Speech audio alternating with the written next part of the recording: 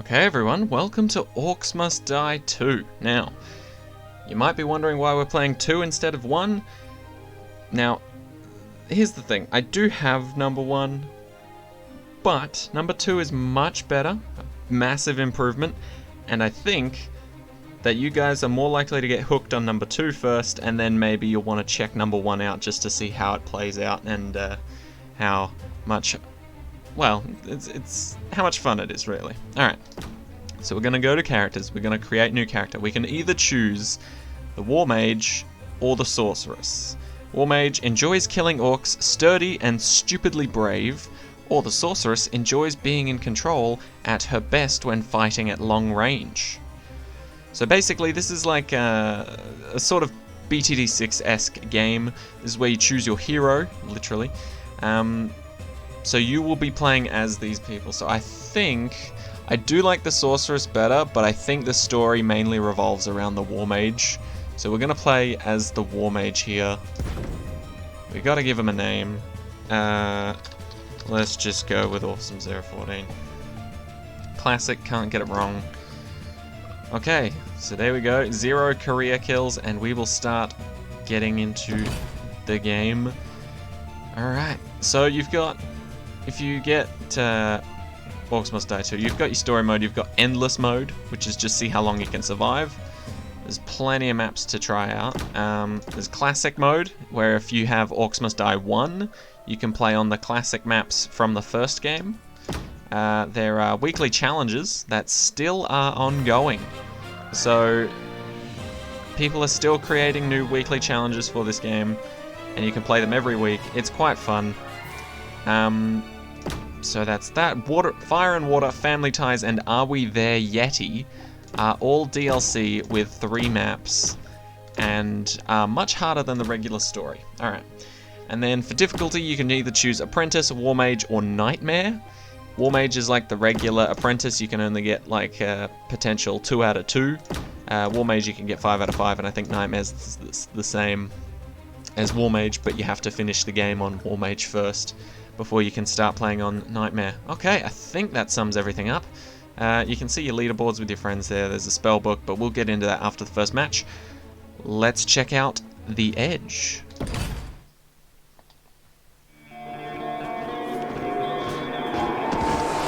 Was this how it would end? Trapped, surrounded, my power lost. I deserved so much more. They were coming for me. Once I was their queen, now they would be my doom. Then, out of nowhere, new rift? It was different, fragile. I felt a trickle of power returning, barely there. Not enough to mind control even a single orc. Still, the rift offered an escape. As soon as I stepped through, I saw him. Standing right in front of me with that ridiculous grin plastered across his face. I only had one thing to say. Run! Was it you? Was what, me? The rift! Can't you feel the magic returning? Did you open it? Nah, I'm more of a closer. Hey, aren't you that crazy lady that tried to kill me? There's no time! The orcs are right behind me! Orcs? Nice! Now you're talking my donkey language thing. Okay, I don't know how great the audio is there, just because the voices for like in-game speaking are very quiet, but the cutscenes seem extremely loud, so I'll have to tinker with those a bit later.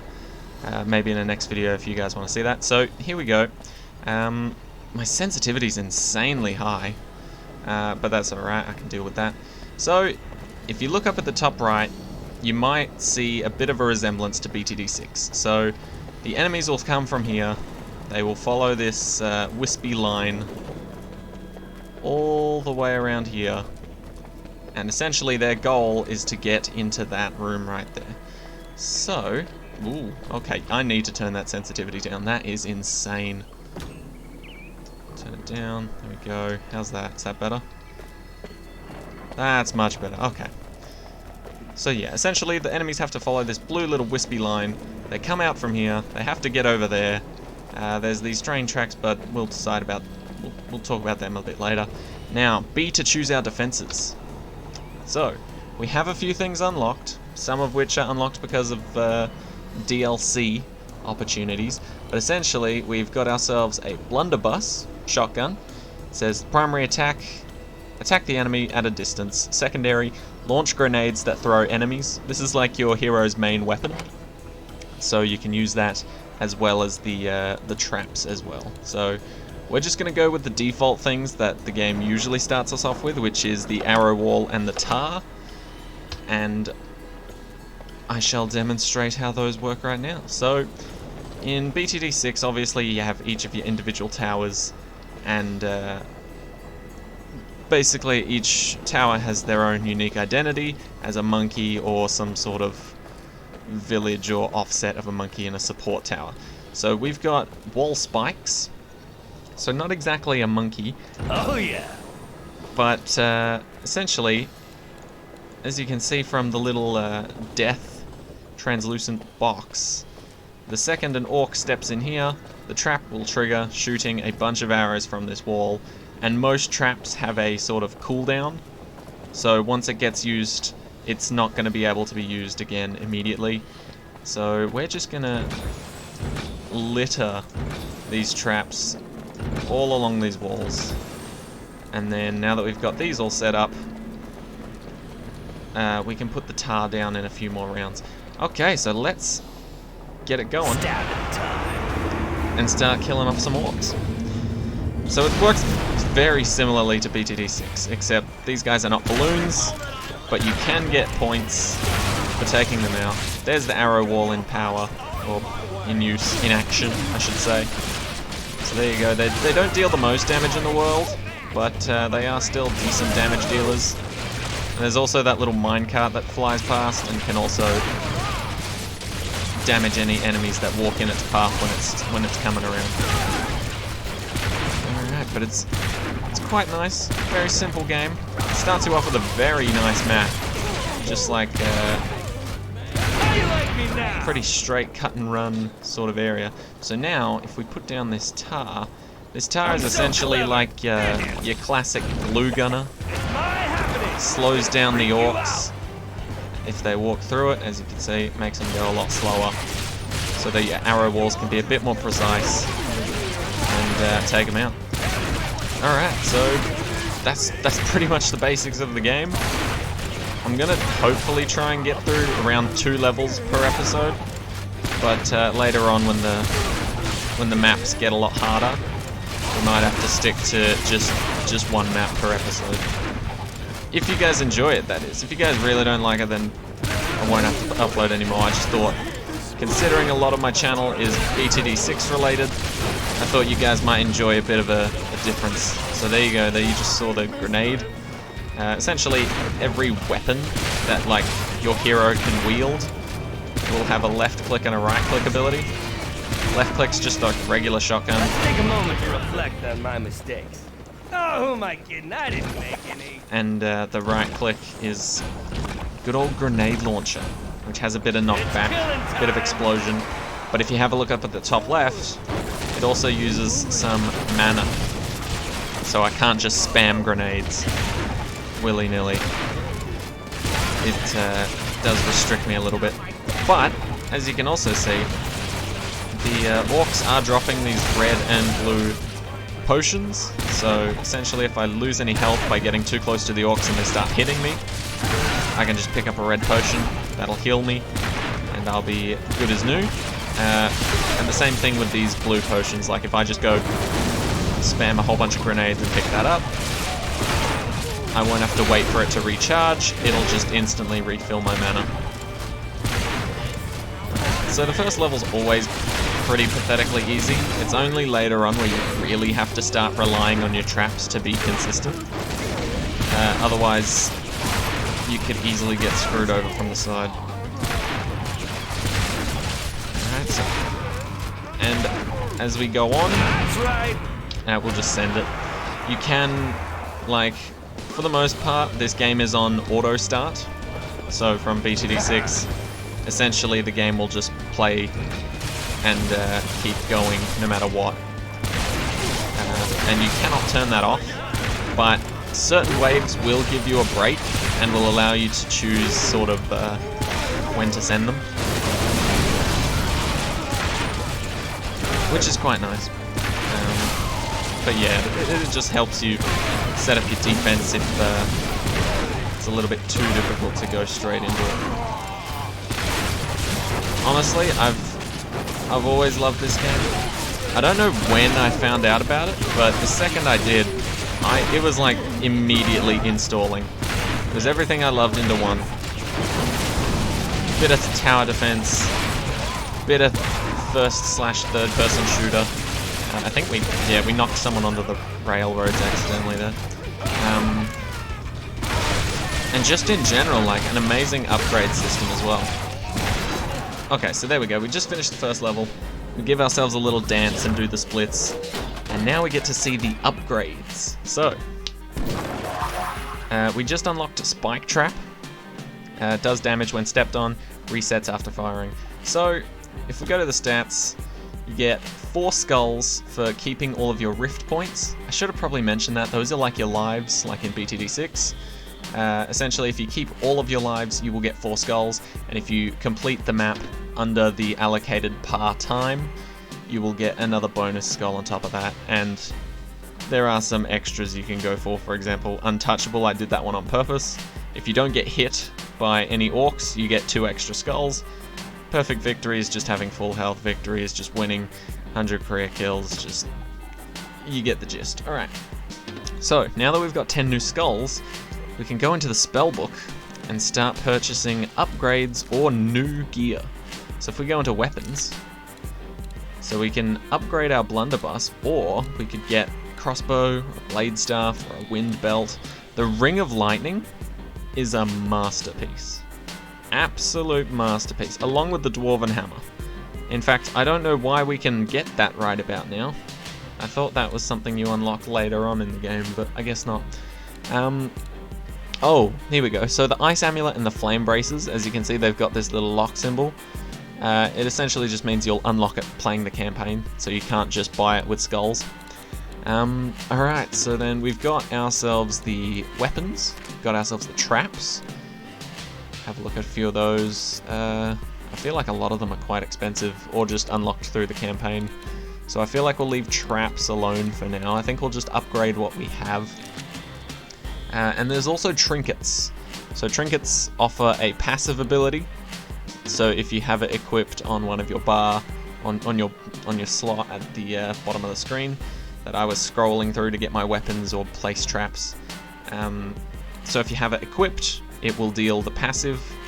You'll just get the passive buff all the time, so deal bonus damage when low on health, or slowly regenerate your garden's health. And then active is if you activate the ability for mana, you can spend health to activate Berserk, which I think just means you attack a lot, do a lot more damage.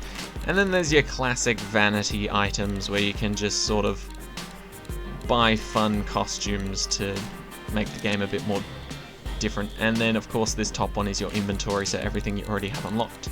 So I think that's just about covered pretty much the entire game.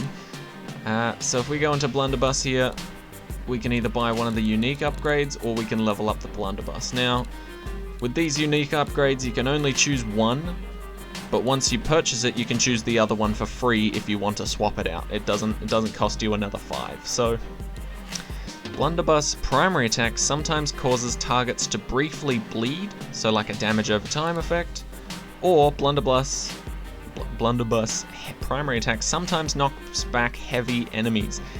That is incredibly useful, so I'm going to get that now, just because I think we're going to be coming up against some heavy enemies in the next level.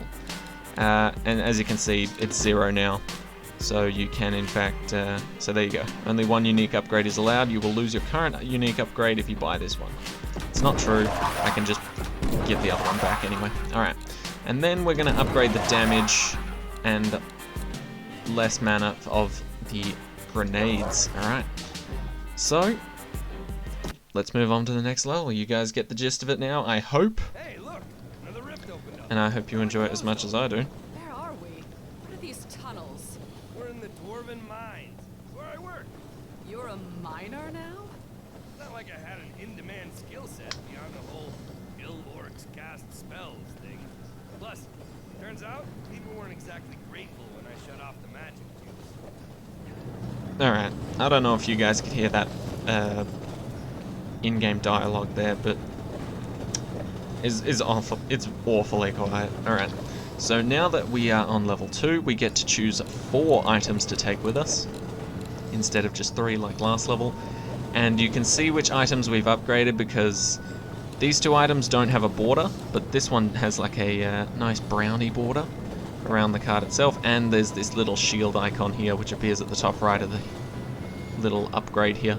So you can tell that we've bought a unique upgrade with the shield, and the brown border is indicated that it's like level 1 damage. Alright, so we can also have a look at our enemies. We've met the light orc warriors and the medium orc warriors, just like weak and semi-weak, but now we're getting earth elementals, which splits when killed into 2 earthlings.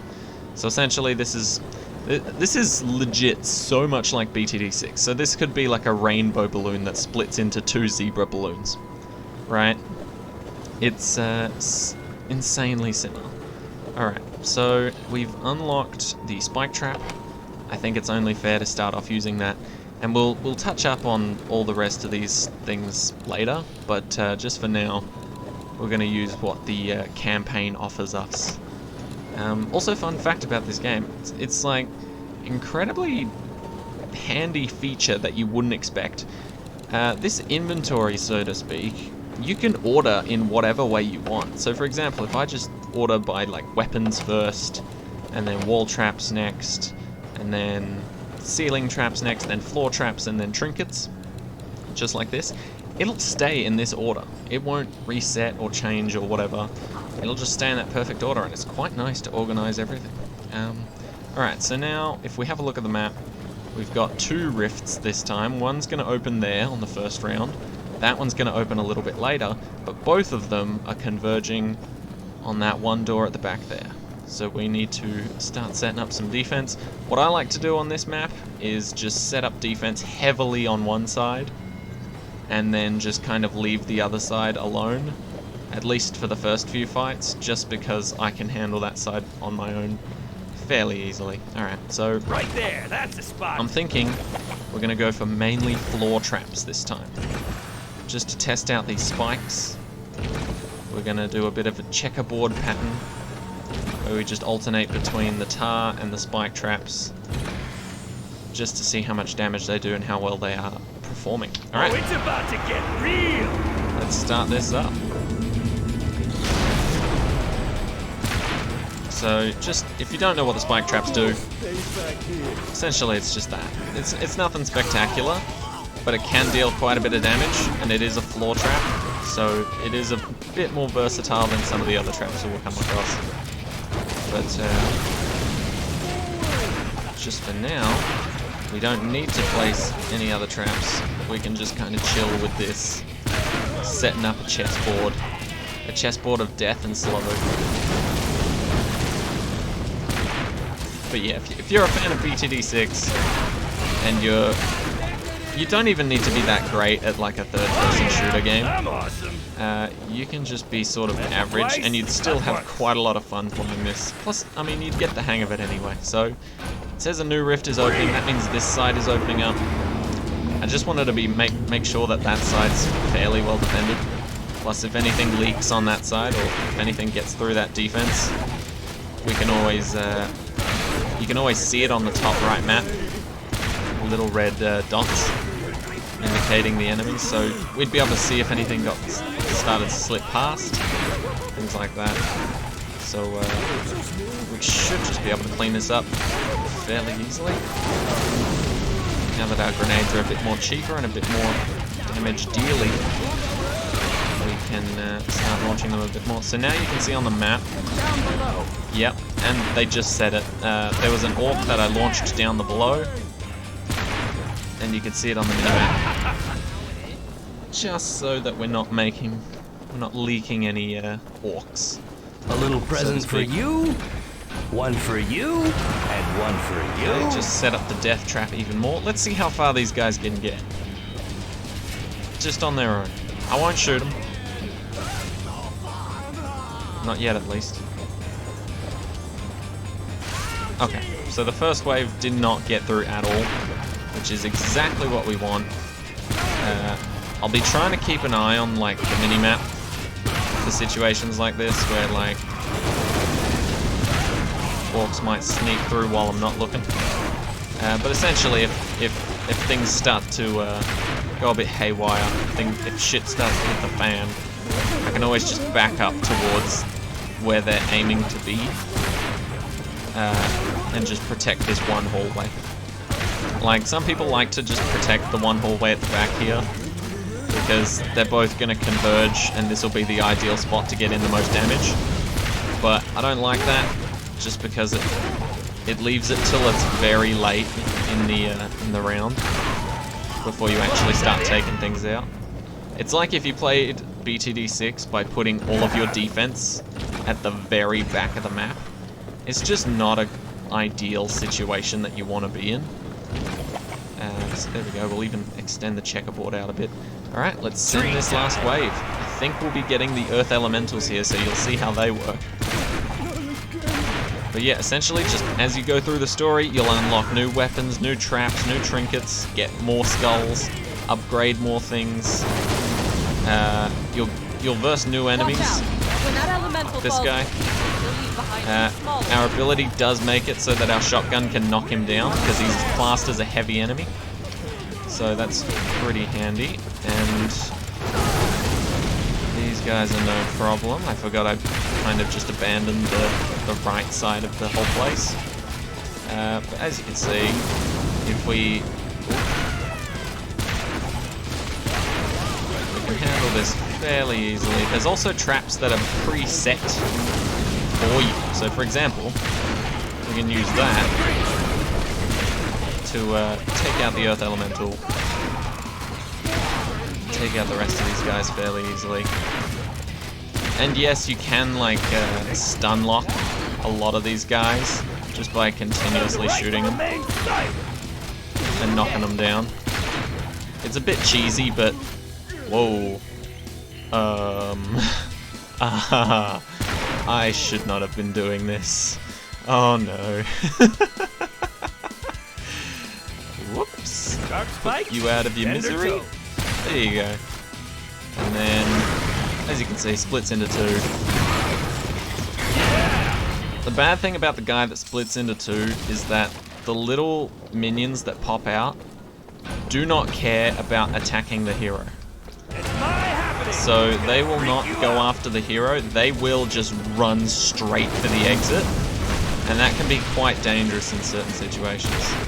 Because a lot of the time you can use yourself to distract the enemy from going to the exit. You can just make them all want to come beat you up instead.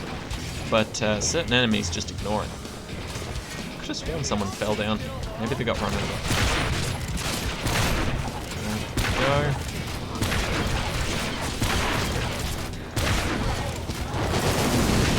Boom. Tons of grenades. Throw them in for cheap.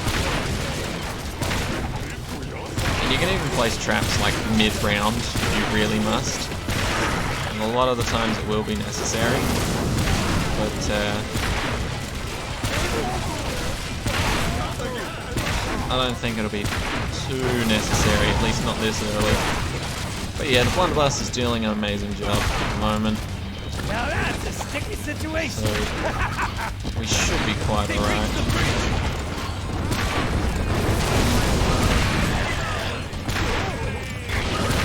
Okay, good. We wanted those two split. And there it is. Ooh. That is not a good dance. As you can see, we lost a skull. Oh, but we unlocked Endless Mode. There you go. Endless levels are a great way to earn new skulls and improve your character. Visit the campaign screen to play Endless Mode. Or Endless levels. So, essentially, we did not get 5 skulls here. I imagine that was because we ran over the time limit that they gave us. Yeah, we went 20 seconds over time. So, if I had placed a few more traps up the top, we might have gotten 5 bonus skulls, but we can always come back to this, especially if you guys really love the series.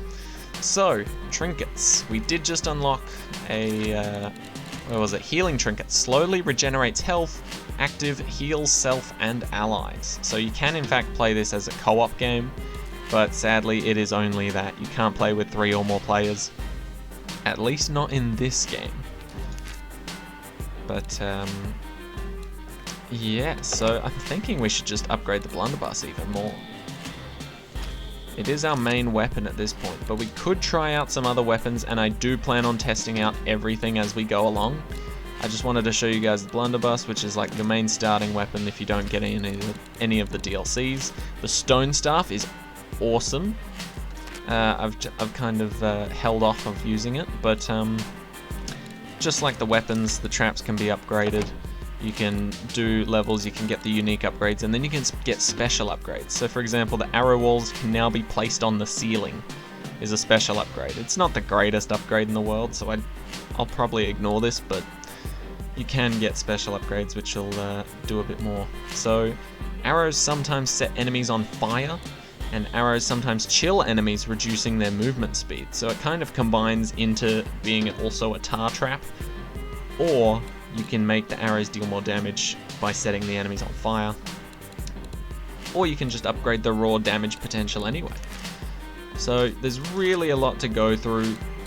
You can buy new trinkets, weapons or traps, upgrade already owned weapons, traps and trinkets, or you can just hoard all your skulls and go through it like a maniac.